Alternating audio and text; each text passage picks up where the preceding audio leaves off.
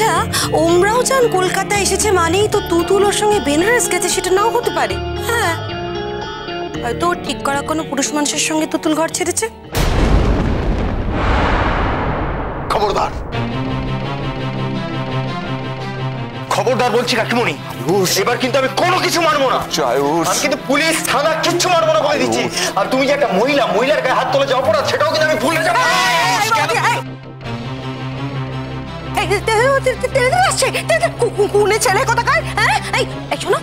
আমার কথাটা যদি সত্যি অপ্রমাণ হয় কোনোদিন, তুমি আশপাল কোথায় যাবে? কি করবে তুমি?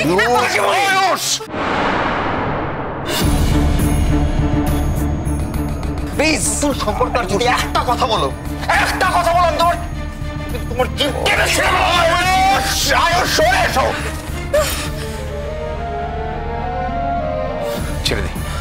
ছেড়ে দে ডোডো।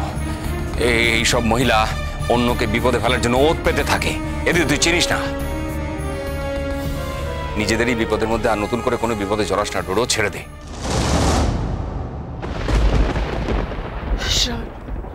আমার বাড়িটাকে কি কোনোদিন তুমি বিপদ মুক্ত হতে দেবে না? ঈশ্বর, আমরা কি এমন অপরাধ করেছি যে সারাটা জীবন ধরে তার দাম দিয়ে যেতে হবে?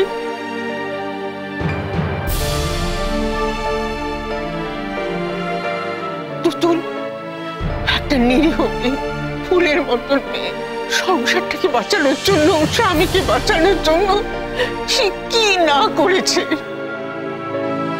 নিজের জীবনটা পর্যন্ত বাঁচিয়ে রেখেছে।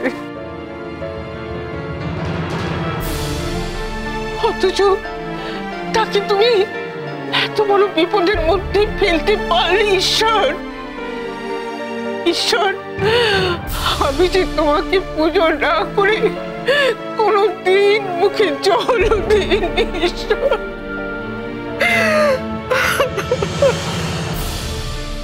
সেই মেয়েটাকে আমরা কত ভুল বুঝেছি, বারবার ভুল বুঝেছি। কিষাণজির কাছে আমি কখনো কিচ্ছু চাইনি নিজের জন্য। ওনার কাছে একটাই প্রার্থনা, উনি আমার তুতুলটাকে যেন সুস্থ সবল অবস্থায় আমাদের কাছে ফিরিয়ে দেন। ঠাকুর যেন ওর এত বড় ক্ষতি না করে। শোনো মা,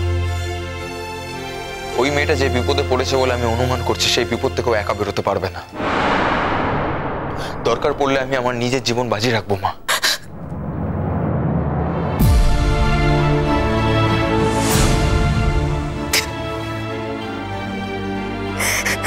এখন খাচ্ছ কেন মা? একটা পরের মেয়ে যখন নিজের জীবন বাজি রেখে আমাদের পরিবারটাকে বাঁচিয়েছে, সে কথাটাকে তো ভেবে দেখছো না? তুমি তো আমাদের তেমন মা নয় মা। কাউকে যেতে হবে না, কাউকে যেতে হবে না। আমি আপনাকে বলছি স্যার, উমরাও জানের সঙ্গে তুতুল সত্যি গেছে কিনা সেটা আমি নিশ্চিত নই, তবু দেখতে তো হবেই। সেক্ষেত্রে আপনার এদিকটা দেখুন, আমি আয়ুষকে একা ছাড়বো না, আমি আয়ুষের সঙ্গে যাব।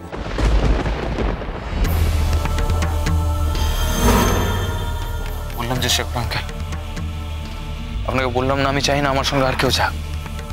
শেখর আঙ্কেল, আমি চাই না আমার সঙ্গে এই বিপদে আর কেউ জড়াক। ডোডো, নিজের বিপদটাকে তুমি একার বিপদ ভাবছো কেন?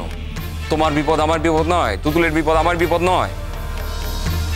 বাবা, আমার কাছে একদম সময় নেই বাবা, বিশ্বাস করো। আমি আজকেই বেরিয়ে যেতাম, শুধুমাত্র ফ্লাইটের টিকিট অ্যাভেলেবেল নেই বলে আমি আটকে গেছি। আমি যে করেই হোক কাল সকালে আমি ফ্লাইট ধরে বেরিয়ে যাবো। একা যাস না ডোডো, একা যাস না বাবা। তেমন হলে তুই তোর মাকে মেরে চলে যা। আমি আর সহ্য করতে পারছি না ডোডো, আর পারছি না। শুধু তোমার কষ্ট হবে বলে, শুধু তোমার চিন্তা হবে বলে আমি এরকম একটা সম্ভাবনা থাকা সত্ত্বেও আমি বেনারস যাবো না মা।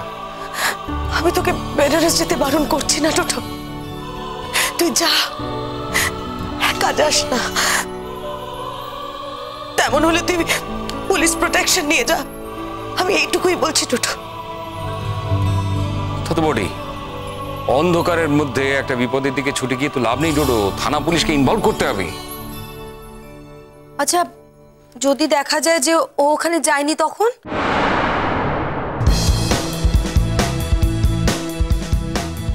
ধন্য ধন্য আপনি ছোট ম্যাডাম। ঈশ্বর আপনাকে কি দিয়ে তৈরি করেছে ঠিক বুঝে উঠতে পারছি না। মানে লজ্জা বিষয়টা আপনার চরিত্রেই নেই।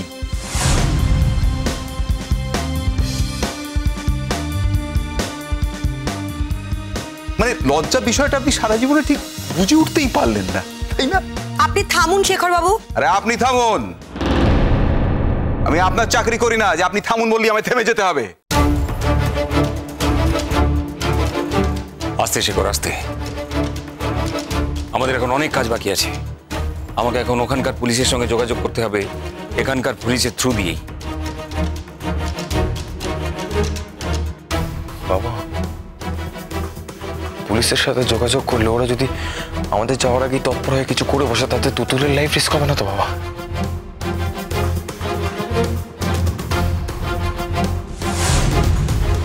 কথাটা তুই মন্দ বলিসনি। আমাদের এখন প্রত্যেকটা মুহূর্ত ভেবেচিন্তে চলতে হবে, প্রত্যেকটা মুহূর্তে ভেবেচিন্তে পা ফেলতে হবে। ঠিক আছে ঠিক আছে, আমি একটু আলোচনা করে দেখি এখানকার প্রশাসন কি সাজেস্ট করেন। বাবা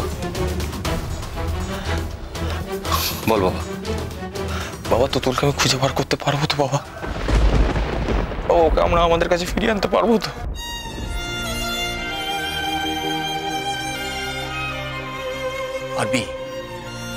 পারবি, পারতে তোকে হবেই, না পেরে যাবি কোথায়? ঈশ্বর আমাদের যতই বিপদে ফেলুন না কেন, সেই বিপদ কেটে কেটে আমরা আবার ঠিক বেরিয়ে যেতে পারবো। মনের জোর রাখ টোটো, মনের জোর রাখ। মনের জোরই আমাদের এখন একমাত্র হাতিয়ার।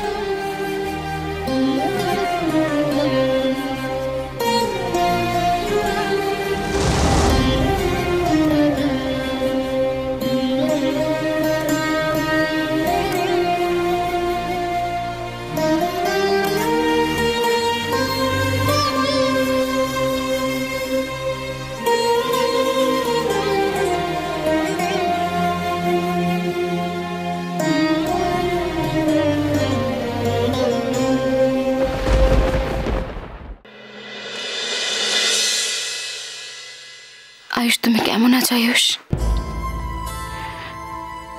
আমার উপর রাগ করে নিজের শরীরকে কষ্ট দিচ্ছ না তো?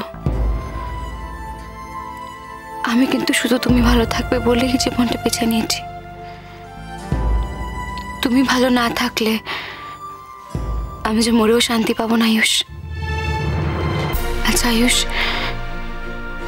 তুমি কি আমার জন্য এরকমই কষ্ট পাচ্ছ? একই রকম কষ্ট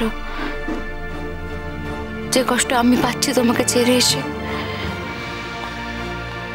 ভেবেছিলাম একবার যখন এই জীবনে এসেছি আর কিছুতেই আমার আগের জীবনের কথা আমি ভাববো না,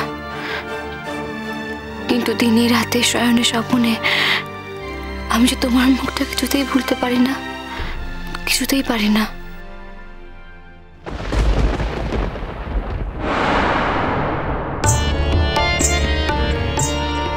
क्या बात है नूतन बेटी, तब तक सजी नहीं?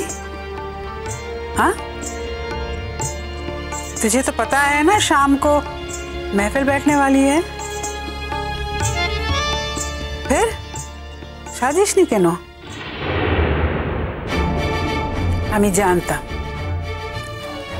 জানতাম তুই সাজ বিনা ঢেটার মতন এখানে বসে থাকবি। আমি জানতাম, इसीलिए मैं आई खुद देखने के लिए। हे भगवान, दोपहरे একটু শান্তিতে আমাকে ঘুমোতে দিবি না রে নূতন? হ্যাঁ দেখ বেটা,